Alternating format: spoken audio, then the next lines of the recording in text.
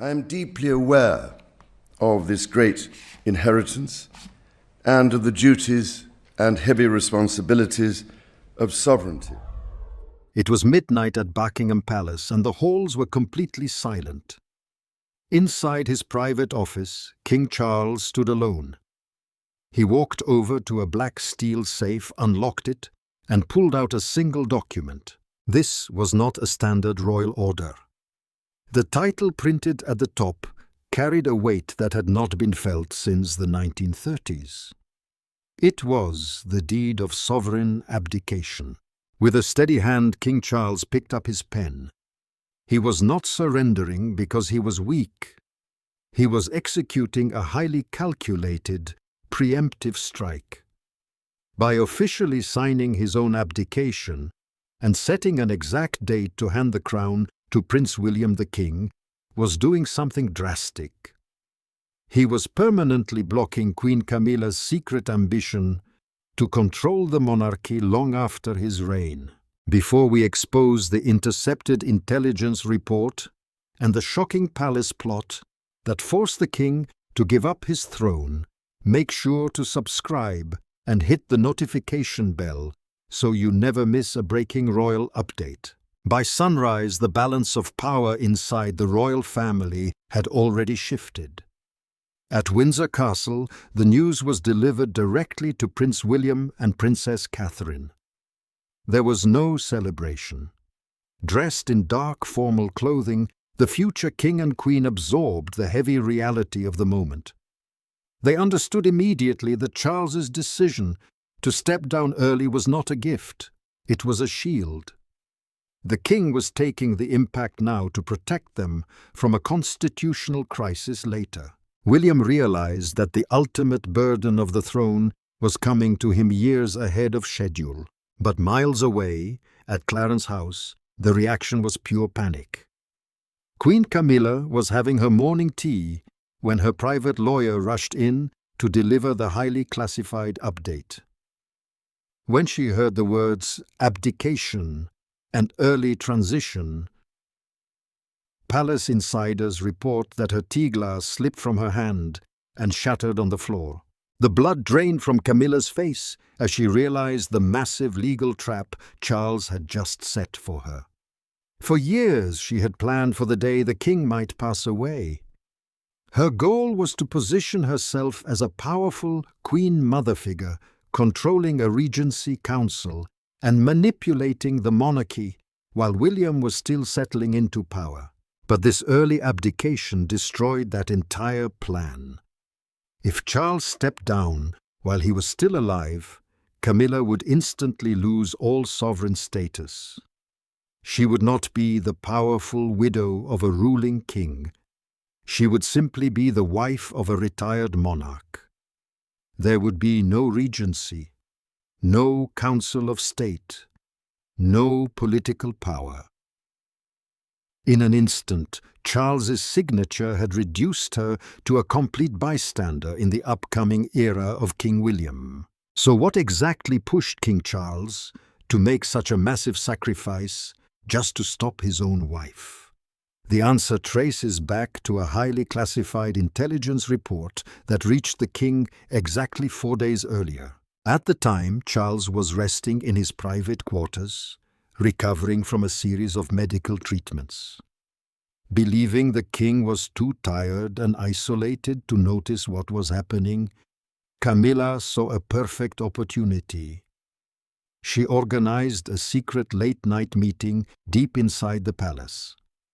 She did not invite family members. Instead, she brought in a group of private constitutional lawyers and her most loyal staff. Under the cover of darkness, Camilla directed them to draft a shadow document called the Regency Contingency Framework. It was essentially a quiet palace takeover. The document included a very specific legal loophole. If the king suddenly became incapacitated or passed away, an emergency transition council would take over. But instead of Prince William taking full control, Camilla engineered the document to make herself the head of that council. Her ultimate plan was to restrict William's authority. She wanted to force the future king to seek her written permission for all major financial and diplomatic decisions during the transfer of power. She was actively trying to hijack the authority of the crown right out from under the direct heir. But Camilla made a massive mistake. She forgot that the sovereign is protected by the country's highest security networks. British intelligence, working alongside the Crown's elite security team, intercepted the communications surrounding this secret document. Within hours, a sealed red folder containing absolute proof of Camilla's plot was handed directly to King Charles. When the king read the transcripts of what his wife was planning behind his back, any hesitation he had vanished. The breaking point happened the very next day, in the king's private drawing room. Charles summoned Camilla. He ordered his security detail to completely clear the hallway. No guards, no secretaries, no witnesses. Just the king and the wife who had tried to outsmart him. When Camilla walked in, she projected total confidence, completely unaware that her secret was out. Charles stood by the fireplace. He didn't greet her. He simply reached onto the table and picked up 2 pieces of paper. Without a word, the king threw the intercepted draft of her Regency framework onto the table. A split second later, he dropped his signed Deed of Abdication right on top of it. Camilla froze. She recognized her secret document instantly, and her confident posture immediately collapsed into panic. She stumbled over her words, frantically trying to justify her actions. She insisted that she was only trying to protect his legacy. She argued that William and Kate were not ready for the pressure of the throne and claimed she was simply setting up a safety net to guide the family through a difficult transition. But Charles shut her down completely. He did not yell, but his response was described as ice-cold. He told her directly that she was not protecting his legacy. She was actively trying to steal it. The king made his final intentions absolutely clear. He told her that his reign was going to end on his own terms and no one else's. He refused to hold on to the throne until his dying day, just to leave his son trapped in a power struggle with her. Instead, Charles announced he was stepping down immediately. He wanted to be fully alive and present, to watch his son take the crown, making absolutely sure that Camilla would never have the authority to touch it. The silence in the drawing room was absolute. Charles did not wait for his wife to offer another excuse. He simply turned his back and walked out of the room, leaving the intercepted documents and his signed abdication deed resting on the table. In that single decisive moment, the king had checkmated her. By choosing to step away from the throne on his own timeline, Charles had completely neutralized Camilla's master plan. There would be no transition council for her to lead. There would be no weakened, grieving heir for her to manipulate. But a secret of this magnitude was never going to stay confined to the private quarters of Buckingham Palace. When the foundation of the monarchy shifts, the entire world feels the tremor. Less than 24 hours after that explosive confrontation, the first crack in the palace's wall of secrecy appeared. It did not come from an official royal announcement. Instead, a highly classified internal memo bearing the codename Operation Crown Transition was leaked directly to the press. The news didn't just break, it exploded. Across the United Kingdom, regular television programming was immediately pulled off the air. News channels like the BBC and Sky News flashed bright red, breaking news banners across millions of screens. News anchors struggled to keep their composure as they read the teleprompters announcing to a stunned nation that King Charles III was preparing to formally abdicate the throne in favor of Prince William. At first, the public and the media assumed the worst. The immediate reaction was that the king's health had taken a sudden catastrophic turn. But as royal correspondents began to dig into their sources, the real story started to emerge. Palace insiders quietly confirmed that the king was not stepping down because he was too weak to rule. He was stepping down strategically while he was still fully capable to ensure a seamless, heavily protected transfer of power directly to his son. When the British public realized what was actually happening, the reaction was unlike anything the monarchy had seen in modern times. Thousands of people began flooding the streets of London, gathering outside the heavy iron gates of Buckingham Palace. But the mood was not somber. There were no tears, no black clothing, and no quiet mourning. The crowds were cheering. The public saw this move as the ultimate act of a loving father and a responsible sovereign. Charles was being praised as a heroic figure, a king who was brave enough to voluntarily give up the highest level of power in the world just to protect the future of his son and Princess Catherine. Meanwhile, inside the walls of Clarence House, Queen Camilla was experiencing a very different reality. The moment the news of the abdication went public, her carefully constructed network of power collapsed overnight. In the world of high society politics and royal maneuvering, loyalty only lasts as long as your access to the throne. As soon as it became clear that William was about to become the absolute authority, Camilla's phone simply stopped ringing. The politicians, the wealthy elite, and the high-ranking courtiers who had spent years currying her favor suddenly vanished. They knew that associating with her now would mean alienating the incoming king.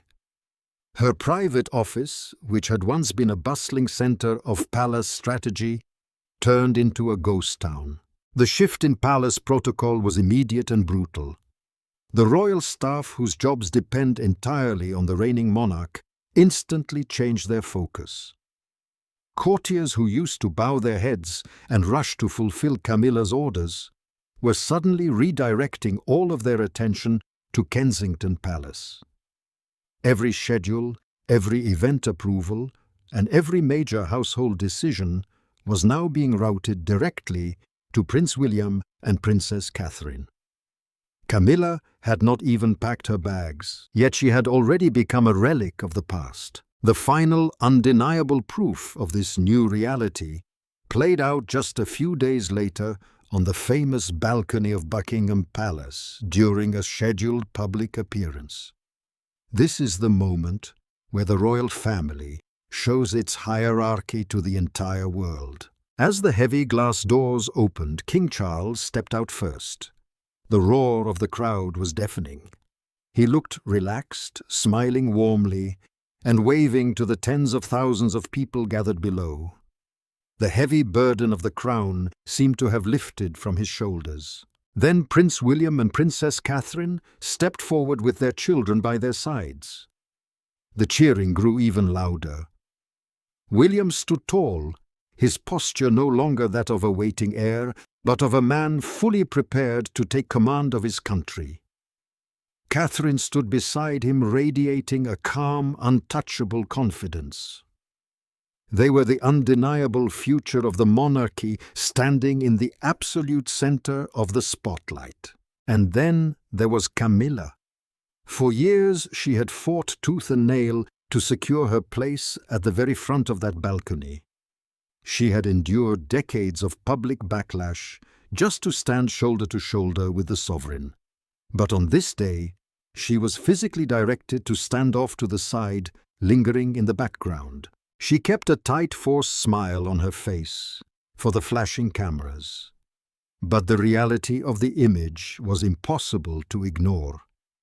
She was standing in the shadows, completely eclipsed by the blinding light of the William and Catherine era. Her grand master plan to rule the royal family from behind the scenes had been entirely crushed. When Charles eventually handed over the crown, she would have no titles of authority, no council to run, and no influence over the new king. She would simply be a spectator to history, entirely dependent on the goodwill of the stepson she had tried to control. The clock is now ticking. The transition to King William V is no longer a distant possibility. It is an active, unstoppable countdown. In the ruthless high-stakes game of royal survival, timing is the ultimate weapon. King Charles has proven one of the greatest truths of power. Sometimes the strongest, most dominant action a monarch can take is not clinging to the crown until their dying breath. The ultimate power move is knowing exactly when to take the crown off and hand it to the next generation in order to completely destroy the people who are waiting in the dark to steal it. Charles didn't just secure his son's future. He eliminated the greatest threat from within his own household. What do you think about the king's bold move to step down early? Was it the right decision to protect William and Catherine? Or do you think Camilla will try to find another way to hold on to power? Let us know your thoughts in the comments below. If you enjoyed this deep dive into the hidden wars of the royal family, don't forget to like this video, subscribe to the channel, and hit the notification bell so you never miss an update. Thanks for watching, and we will see you in the next one.